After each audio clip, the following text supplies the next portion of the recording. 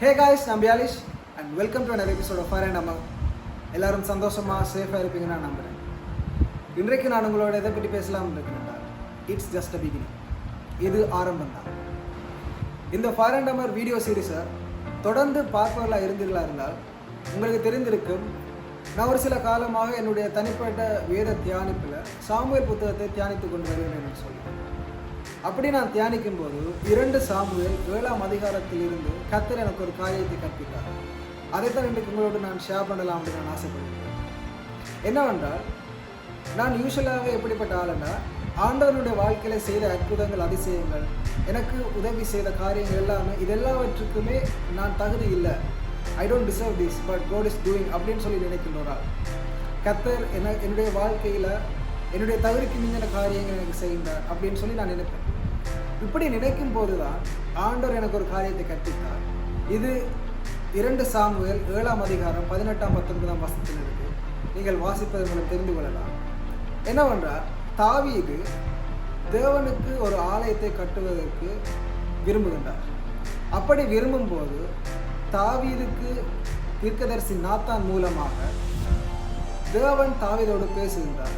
தாவீதுடைய குடும்பத்தை எவ்வாறு ஆசீர்வதிப்பார், தாவீதுடைய குடும்பத்துக்கும் தாவீதுடைய தலைமுறைக்கும் தாவீதுடைய பிள்ளைகளுக்கும் எந்த விதமான வாழ்க்கையை ஆண்டவர் அமைத்துக் கொடுப்பார். இப்படி பெரிய பெரிய ஆசீர்வாதங்களை குறித்து தேவன் தாவீதோடு தீர்க்கதரிசி நாத்தானை கொண்டு பேசுகின்றார்.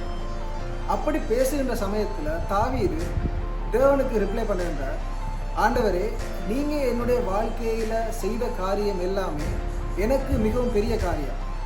என்னுடைய வாழ்க்கையில் நீங்கள் செய்த காரியத்துக்கு நான் தகுதி இல்லாதவர். ஆனாலுமே அந்த காரியம் எல்லாமே உம்முடைய பார்வைக்கு சிறியதாக இருக்கின்றது. நீங்கள் இதை விட பெரிய காரியங்களை என்னுடைய வாழ்க்கையில் செய்ய போகிறீங்க, அதற்காக நான் நன்றி செலுத்துகிறேன் அப்படின்னு சொல்லி தாவீது ஆண்டவரிடத்தில் நன்றி செலுத்துகிறார். இந்த வசனம் தான் ஆண்டவரின் மூலமாக பேசினது. நான் நினைச்சு கொண்டிருக்கிறேன், ஆண்டவருடைய வாழ்க்கையில் செய்த காரியங்கள் என்னுடைய தகுதிக்கு மிஞ்சினது, இதுக்கு நான் டிசர்வ் ஆனவன் இல்லை, இதெல்லாவற்றையும் ஆண்டவர் எனக்கு செய்தார் அப்படின்னு சொல்லி நான் நினைத்து கொண்டிருக்கின்றேன். ஆனால் ஆண்டவருடைய பார்வையில் அவர் எனக்கு செய்த காரியம் எல்லாமே சிறிய காரியம், அவருக்கு அது அற்பமான காரியம். ஆனால் ஆண்டவர் அவர் எல்லாவற்றையும் விட பெரிய காரியங்களை எனக்காக, உங்களுக்காக, இந்த வீடியோ பார்த்து கொண்டிருக்கின்ற ஆண்டவருடைய பிள்ளைகள் ஒவ்வொருவருக்காகவும் செய்ய ஆசைப்படுகின்றார். ஏனென்றால் அவர் மகத்துவமான மகிமையின் தேவர். அவர் எங்களை மகிமைப்படுத்தி அந்த மகிமையில் அவர் கனமடைய விரும்புகின்றார். அதைத்தான் எங்களுடைய ஆண்டவர் எங்களுடைய வாழ்க்கையிலே செய்ய ஆசைப்படுகின்றார். அதைத்தான் தாவீதுடைய வாழ்க்கையிலேயும் தாவீதின் மூலமாக வந்த சாலமோனுடைய வாழ்க்கையிலேயும் தேவனாய் கர்த்தர் செய்கிறார். ஸோ காய்ஸ், இன்றைக்கு நான் உங்களோட ஷேர் பண்ண நினைக்கின்ற காரியங்கள் தான். இந்த வீடியோ பார்த்து கொண்டிருக்கிற நீங்கள் நினைக்கலாம், கர்த்தருடைய வாழ்க்கையில் செய்த காரியங்களுக்கு நான் தகுதியானவன் இல்லை, இதற்கு நான் பாத்திரம் இல்லை, ஆனாலும் என்னுடைய வாழ்க்கையில் ஆண்டவர் பெரிய காரியங்களை செய்திருக்கின்றார். நான் எவ்வளவுதான் பாவம் செய்தாலும் ஆண்டவர் என்னை மன்னித்து என்னை சேர்த்து கொண்டு எனக்காக பெரிய பெரிய காரியங்களை செய்திருக்கின்றார், என்மேல் பெரிய கிருபை பாராட்டி இருக்கின்றார் அப்படின்னு சொல்லி நீங்கள் நினைக்கலாம். ஆனால் கர்த்தர் இதோடு நிற்பது கிடையாது. இது வெறும் ஆரம்பம் மட்டும்தான். அவர் உங்களுடைய வாழ்க்கையிலே செய்ய போகின்ற காரியங்கள் பிரம்மாண்டமாக இருக்கின்றது.